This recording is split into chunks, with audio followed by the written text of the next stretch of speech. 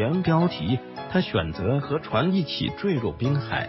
泰坦尼克号船长的传奇。1912年4月，号称永不沉没的巨轮的泰坦尼克号在北大西洋发生了船难，因重击冰山而沉没，导致全船1500多人遇难，成为历史上最严重的和平时期船难之一。在长长的遇难者名单之中，有一个人始终坚守着船长需与船只共存亡的规定，其勇气和信念至今仍被后世视为传奇。他就是这艘船的船长爱德华·史密斯 Edward L. Smith。图为泰坦尼克号船难发生后获救的幸存者。爱德华于1850年1月出生在英国斯坦福德郡，出身平凡，父亲原是一名窑匠，结婚后开了一家商店，全家靠这家商店所赚的利润来生活。13岁时，他前往利物浦，开始了自己的航海生涯，在一艘船上当学徒。1880年3月，转为加入白鲸航运公司，升为塞尔提克号的4副，在澳大利亚到纽约航线的客轮上工作。图为泰坦尼克号正在船坞里，工作人员和这艘船合照。1887年，爱德华接受了他职业生涯里的第一个白鲸指挥官命令，成为共和号上的指挥官。同年，他结婚成家，女儿于1898年出生。结婚后第2年，爱德华成为英国皇家海军的一名全职上尉。在战争期间，他和他的船会被征召为海军服务。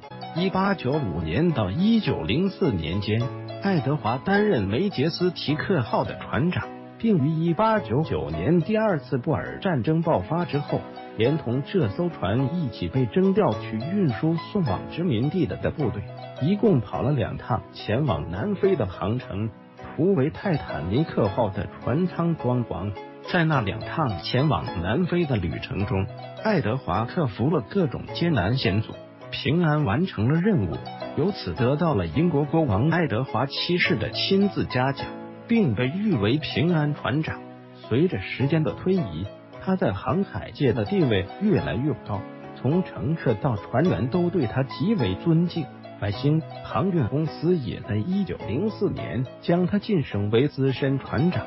同时，有一些乘客在需要坐船穿过大西洋时，会特意要求只搭乘由他指挥的船只。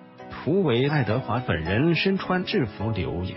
爱德华的声望在当时的英国上流社会尤其响亮，名流贵族会亲自要求由他来担任自己所乘坐的客轮的船长，因此爱德华又有百万富翁的船长之美誉。成为资深船长之后，白星航运公司往往将担任最新客轮的处女航的船长这一职责交给他。例如1904年任命他为当时世界上最大的客轮波罗的海号处女航的船长，完成从利物浦到纽约的航线。其后，爱德华为波罗的海号当了3年船长。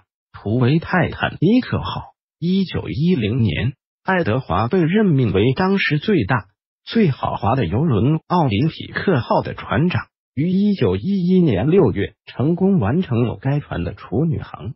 但是，这艘船在准备停靠纽约港时，发生了一点小事故。负责帮助该船入港的一艘拖船，因受奥林匹克号右舷螺旋桨的尾流影响，失控并撞上了其他船只，险些沉没。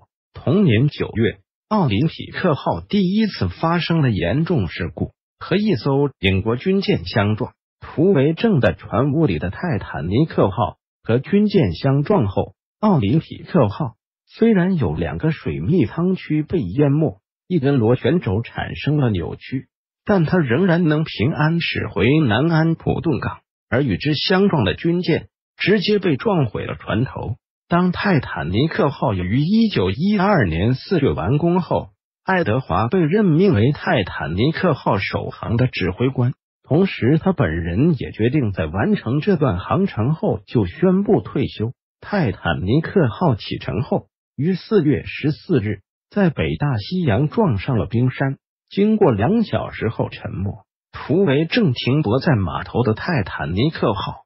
据说泰坦尼克号沉没后，爱德华在水中游向救生艇，鼓励那些因救生艇倾覆而落水的乘客勇敢自救，但始终拒绝登上救生艇，最终和泰坦尼克号一起沉没。另外也有幸存者指出，他坚持将自己锁在驾驶室里，决意和这艘船共存亡。无论是哪一种情况，爱德华都在这场船难里遇难，时年62岁。图为泰坦尼克号的幸存者，返回搜狐，查看更多责任编辑。